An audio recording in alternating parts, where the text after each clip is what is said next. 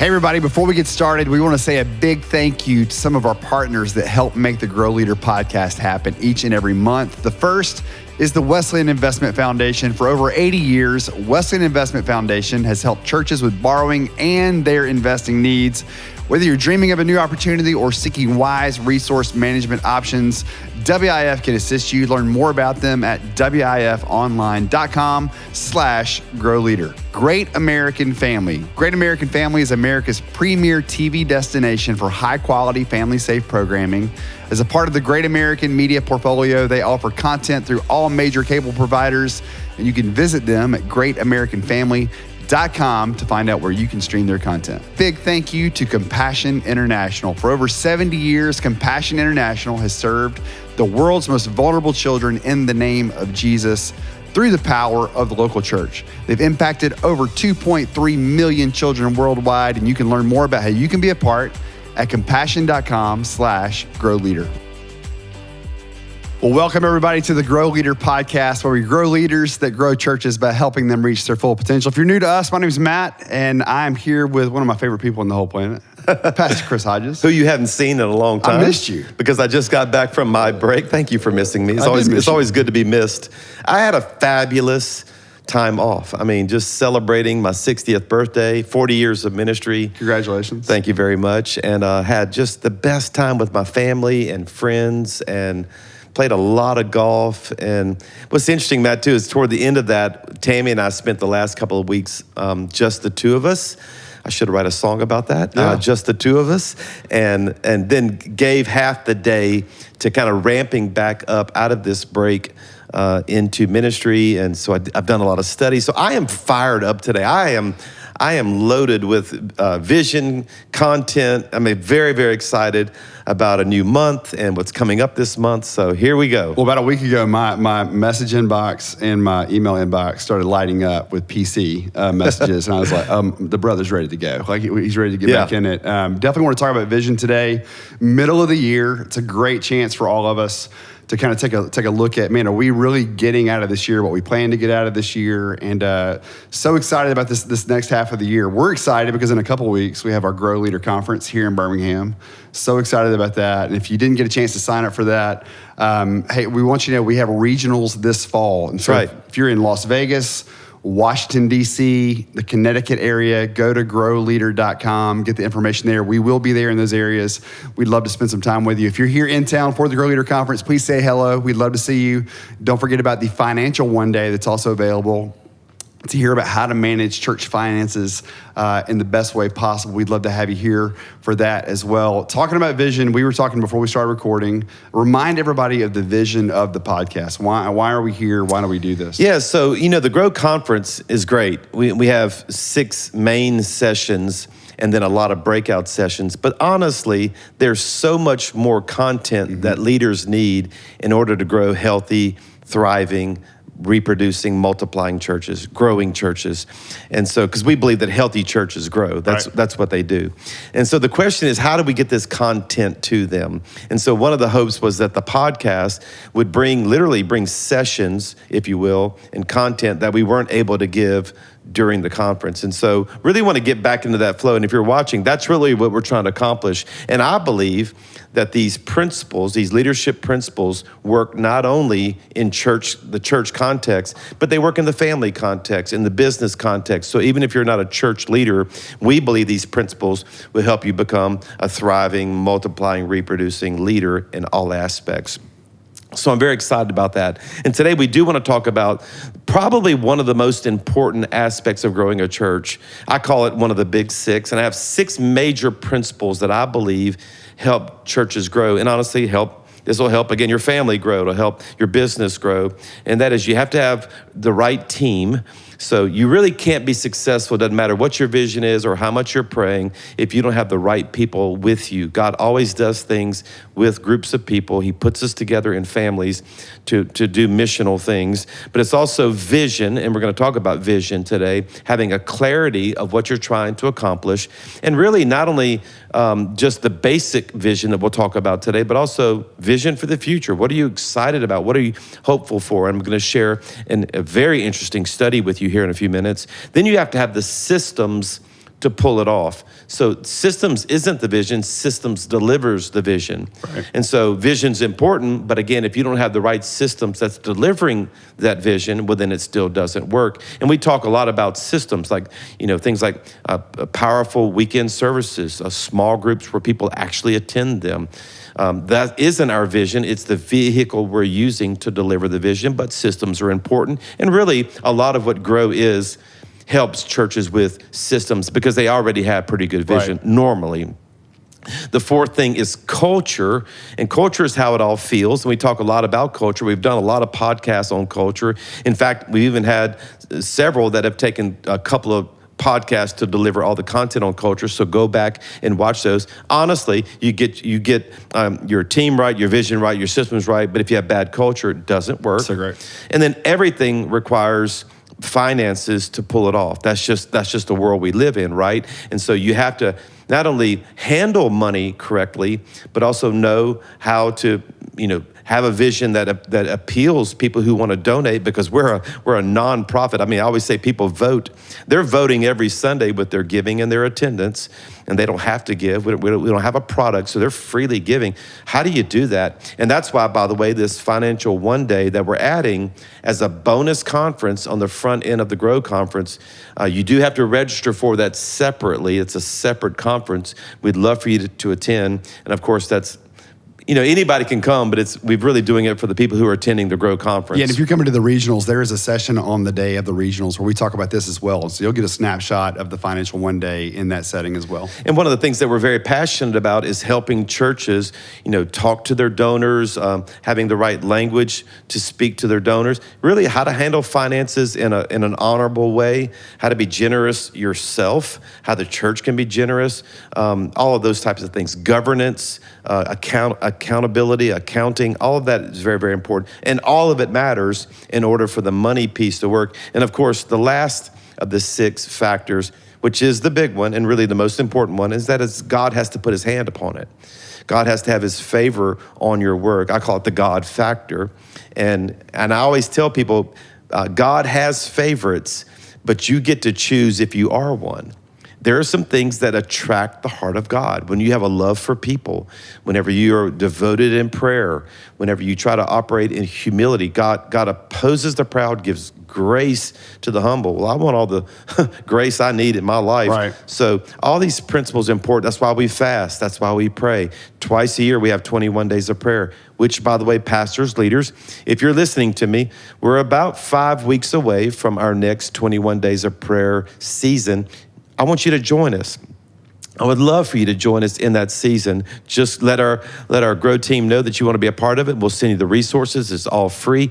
And we want to resource you so that you can have a powerful 21 days of prayer with your churches, which is strategic, Matt, as you know, coming out of the summer slump for a lot of people, right, to get us focused on the fall harvest. All of these are extremely, extremely important. And by the way, last thing before we get into today's content, we're always dreaming, and I spent a lot of time with this on this during my break, of how do I get all of this content, not just these 6, but actually I've come up with 25 different 1-hour sessions that every pastor needs in order to have a healthy, thriving, reproducing, multiplying, growing church.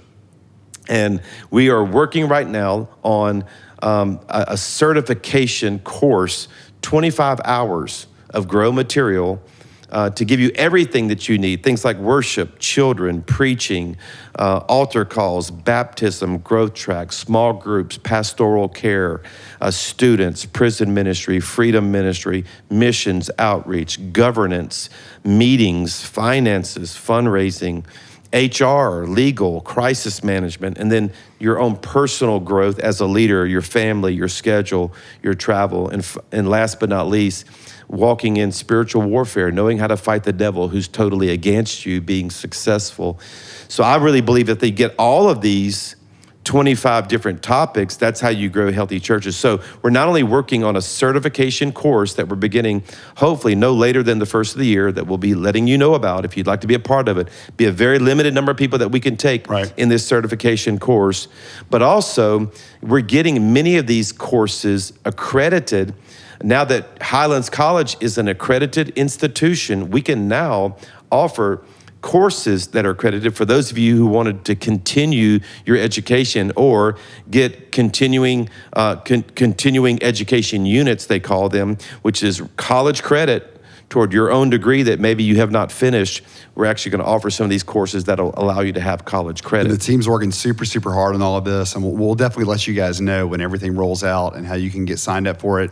But start praying about it. Maybe this is for you. We'd love to have you reach out to us and let us know that you're interested, and we'll get you all the information. And how exciting is that Grow's not just a conference, but now we're actually bringing these courses and this content, and now alongside Highlands College, who really is our beneficiary of the Grow ministry, the resources that are given to Grow, we're able to in turn send to Highlands College for scholarships for our students. It's so exciting for me personally. But today I want to talk about the role of vision, and here's the reason why. During my break, I always spend at least 4 hours a day in study. It actually helps me rest, believe it or not, to get things off my mind. So actually, even when I was on break, I still took time every day to think and to write things down. And I didn't work them hard until the last 2 weeks, but I like getting off my chest. So I do some reading. I listen to a lot of podcasts. I read some great books. I'm reading a lot of Tim Keller's works right now, just after his passing. I'm just to learn some of the things that he was so good at. I'm really having a good time, still growing as a leader. Even though I'm 60, I'm still growing. But I listened to this podcast that had Warren Bird, who's been a part of Leadership Network, has his own ministry. Really, I call him the kind of the Barner to the church planter world, or to the senior pastor world specifically.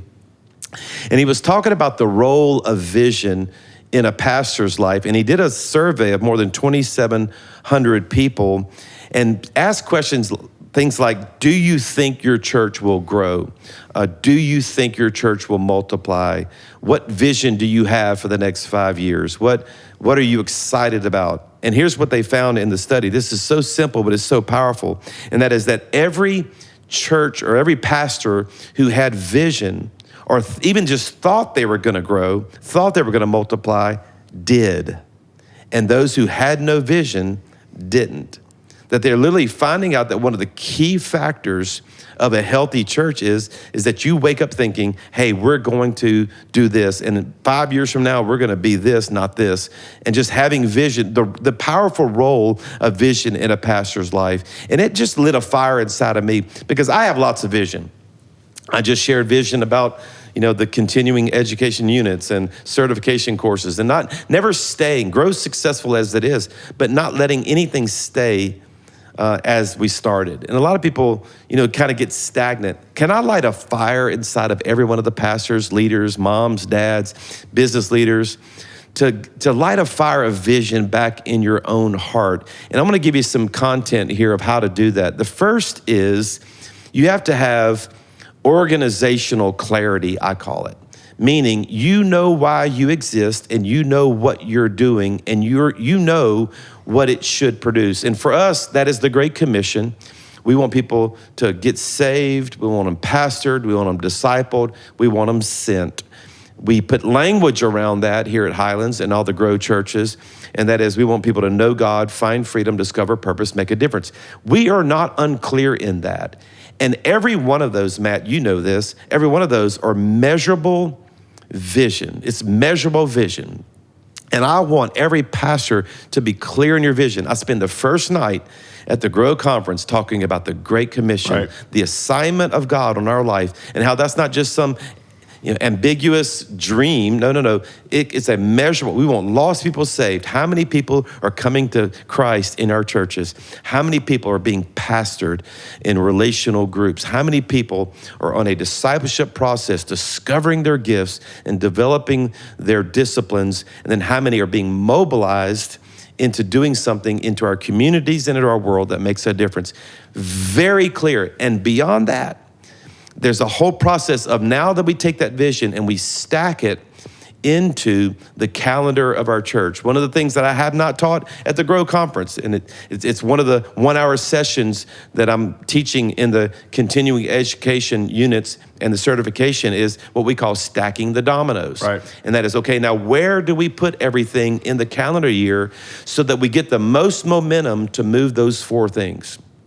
And so we talk about things like our series and our preaching calendar and our event calendar. For instance, I'll give you a classic example of that, and that is that July, we start ramping up in July because it's hard to do much between Mother's Day and July 4th. But people are coming back now. Even though school isn't back, people are coming back to prepare for high school football, and band and cheer and all those types of things. So they're coming back. We're already seeing the growth as soon as we got past July 4th.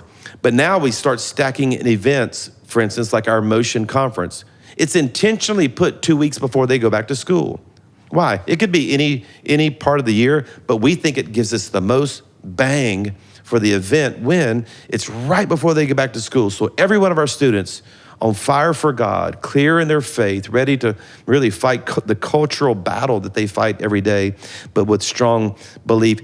Important. So having vision and putting it in the right place in the year. Well, I even have friends also in ministry that'll say, man, you guys just don't change very much, which I don't agree with, because I think we're always tweaking and trying to find the right way. And you always tell us the right way is the way that works. And so when we find something that works, we stick with it. We stick with it. But you've talked about, I think it's Jim Collins, the flywheel effect of just, do we do step one, even though it's a lower attended Sunday or a month or whatever, and yes, we're doing step one. We believe consistency is very, very important. The calendar, both on the preaching side and on the event side, cannot be random. And then if you keep doing it, it begins to take off. And that's one of the things we love to teach. We're stepping into Serve Day in just a few days, and then the Grow Conference and Motion Conference. But then we're stepping into 21 days of prayer again to start get people out of the summer slump, moving into a new year, talking about people that are far from God. That's what we want to help you with. We want every person, every leader, every mom, dad, business leader, whoever's listening to us, organizational clarity. How do you get there? You've got to know why you exist and what you're doing, and ask yourself, is this working or not? Why do I exist? What am I gonna do to accomplish why I exist? And then finally, is it working? And even just going back to just believing you can get better at it. If you're a parent with teenagers, believing my kids are going to do a good job, my kids are going to be okay. Exactly. And again, the study shows that those who have that belief and have that hope for tomorrow are the ones that are that actually get it done and actually are living more successful and fulfilled lives. The second is to have vision for the church, like futuristic vision, like buildings I want to build. And by the way, can I say this to every leader that's listening too? You need to have vision for yourself. What do you want to do? How are you growing? What do you see for yourself in the future? Because God never intended for you to stay where you started. Be fruitful and multiply is the first words out of God's mouth. Mm-hmm. Don't stay here. No. Be fruitful, multiply. How do you do that? You have to have vision. So what I tell pastors is like dream big dreams for God. Believe God for the buildings you were going to build. And they come back and say, well, Pastor Chris, I don't have any money to build them. I said, but the dreaming's free. Have the plans. That's a tweetable quote or a threadable quote right there. And I'm very serious about it. Dreaming's free. Dreaming's free. I tell pastors, well, I don't have the money. But dream it, plan it. What would it look like if you did have the money? What land would you buy if you had the money? Are you even looking for land? Looking's free. Go start looking. And I know the architect plans or the concepts may cost you a little money, but I encourage pastors all the time, go design the building you would build if you had the money. Can you talk about just a little bit, because I think people, you get characterized a lot of times as being so systematic and everything was planned. You knew exactly when this campus was going to start. You dream a lot, and then you're very opportunistic. Yeah, well, they'd be surprised to know, and I actually I showed this timeline in a message once, how 80% of the buildings and the campuses we have, they were not in our plans. God brought those opportunities to us, and we had the organization healthy enough to realize those opportunities. So we had more, I always say two things: have more money than you spend and have more people than you need, more people trained than you need. So I try to keep the organization healthy with trained leaders, more than we need, and then don't spend everything. Have margins, and so God brings us opportunities. But that's the point. But in every case, we were what I call shovel ready. Right. So even, for instance, when we knew we needed dorms one day for Highlands College, We didn't have $23 million to build dorms for Highlands College, but we had the plans for them. Yeah. I knew what it would look like, and we were shovel ready so that when the Green family so generously gave toward that project, literally the next day we had the shovel in the ground, and they came back and said to us, we've never seen our money work this fast before. And if we have, it's been in very few places, and was so honored to hear that. They're such an incredible family, and I'm sure many places they've given to has done the same. But just again, dreaming, being ready for that, having vision for your life. You got to keep the vision moving forward. And one of the points that I'll make at the Financial One Day, Matt, is that every time that I saw the finances either plateau or decline at our church, it's when I was under visioning the church. So you put that squarely on you. Oh, that's my fault.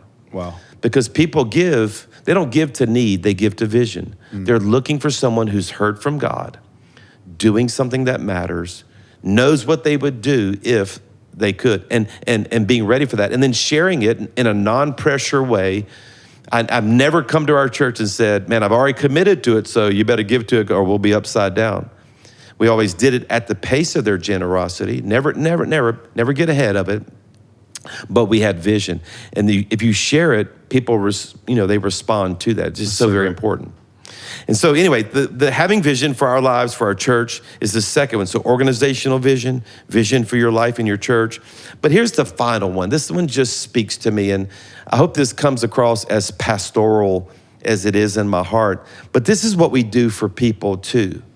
The third component of vision is helping people find vision for their lives.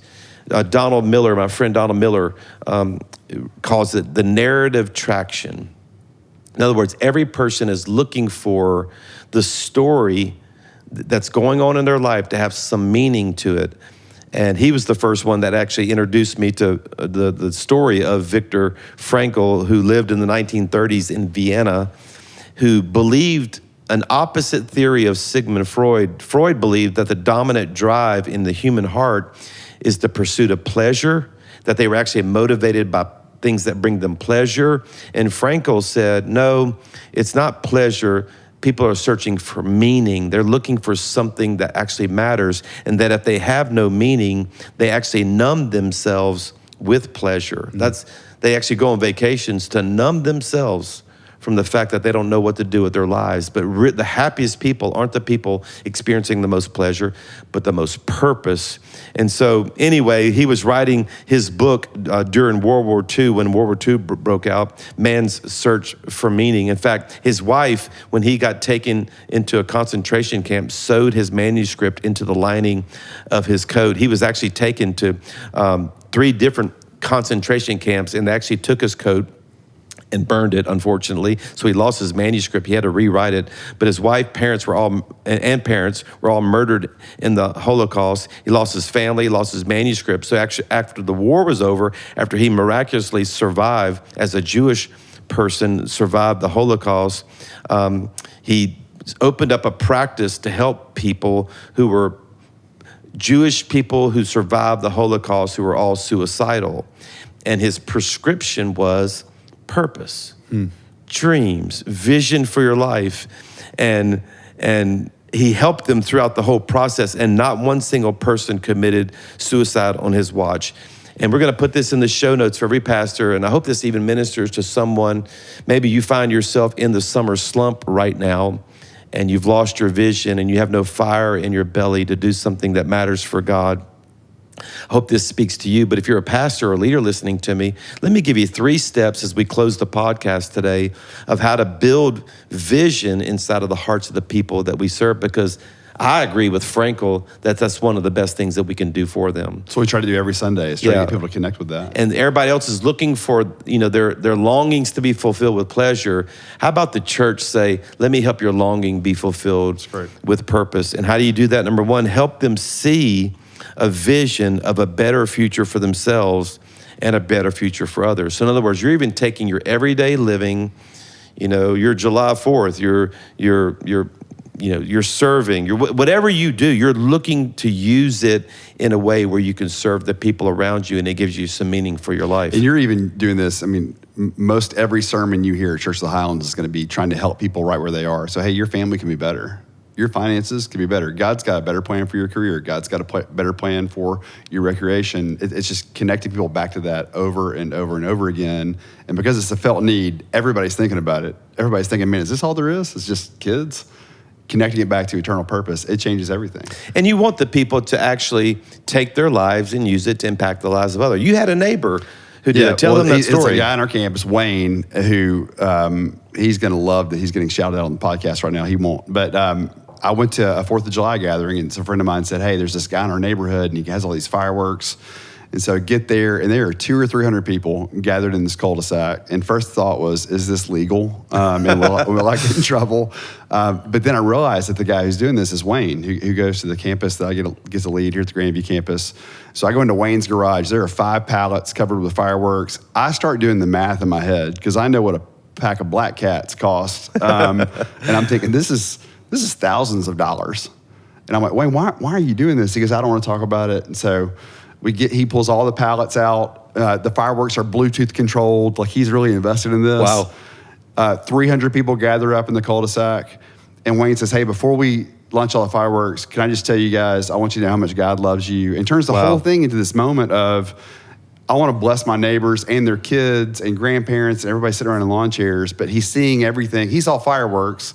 He saw a 4th of July party through the lens of the Great Commission. And I thought, man, that's a win. And I would argue with you that he probably has the same amount of problems as anybody else, but they're diminished by the fact that he has vision, he has meaning, he has purpose. And I think that's one of the greatest gifts that we give our people is the truth that whoever you are, wherever you are, God can use you to make an impact into the lives of others. And that's what Frankel's thought was. And so we need a story or that's outside of our own life, something that's compelling, that solves problems, a story that says, what if? I mean, think about that. What are the what ifs? What if I did this? What if we built this? What if we did fireworks to reach our neighborhood? Okay. And the more we get our people thinking that way, the more we think that way, the better, more fulfilled people we will be. The second thing is it always requires us to connect with a community who are committed to the same vision. So there is no significance alone. So one of the greatest gifts that we give our people is that we're connecting them into relationships, into family. Ecclesiastes says it, 2 are better than 1. Why? Because they have a good return for their labor, which implies the fact that they're doing something, laboring, they're doing something meaningful. It's what I love about Serve Day coming up.